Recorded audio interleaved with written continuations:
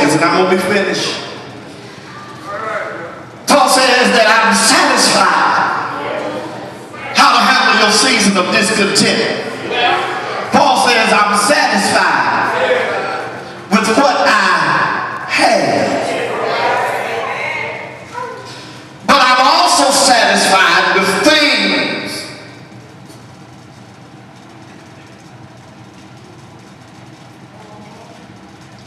satisfied with things and everything that happens.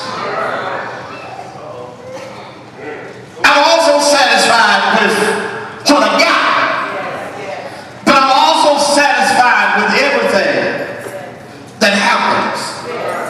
And this suggests that to us that Paul knew how to separate the blessings of stuff from the blessings of life. Paul says that I have been blessed to have things, but I'm even blessed with everything that happens to me. And listen to me, the truth of the matter is, you know, is that we need to stop these spiritual pity parties and stop these woe is me conferences. And I don't know why conventions. Because when it comes down to the things that happen in life, I'll discover that when things happen, I join a large society. Yeah. Because see, I'm not the only one who's ever been lied on. I'm not the only one who's ever been talked about. I'm not the only one that had to cry at night. I'm not the only one that has had my hopes crushed. Paul says, I've learned something. I'm not going to complain about the things that happen to me. Paul is no longer a young man that would ride for hours to destroy the church. His steps are short. His eyes are dimmer. Matter of fact, he still has a thorn in his side. He's no longer athletic. He's no longer the prime of his life. But Paul says, I learned to be content with whatever life brings to me. And so I tried to make sense of this, Pastor. Pastor Norton, I tried to make sense of this. How can you be content when you hear the faint souls of that heavenly host about to carry you home to glory? How can you be content when the doctor looks at x-rays and blood reports and gives you a bad news? How can you be content when legs start aching, feet start swelling, eyes start eclipsing, hair starts turning gray, teeth start leaking, sugar goes up, blood pressure goes up, house has to be sold, friends get few money, get short, and down you said I'm content with whatever happens to me? How is it? Paul goes on to say that even when I'm poor, even when I got plenty, I'm happy, I'm content, I have enough to eat, and when I'm hungry, I still have what I need to survive. And so I found out the key to seasons of discontentment. You've got to recognize that even though the situation change, even though your circumstance change, even though your health change, God stays the same. Somebody ought to get happy just off of that. Listen to me. He's not an absent father. He's not an unwilling spectator. Or somebody ought to hear what I said. He's not an absent father or an unwilling spectator. He cares.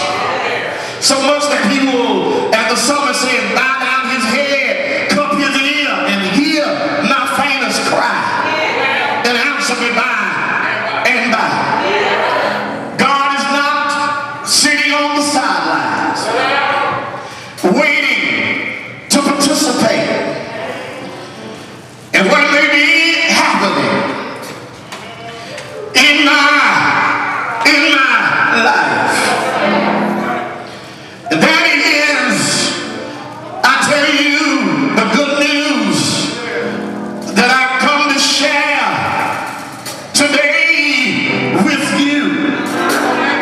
That is that God, I tell you, He's still good. Yeah.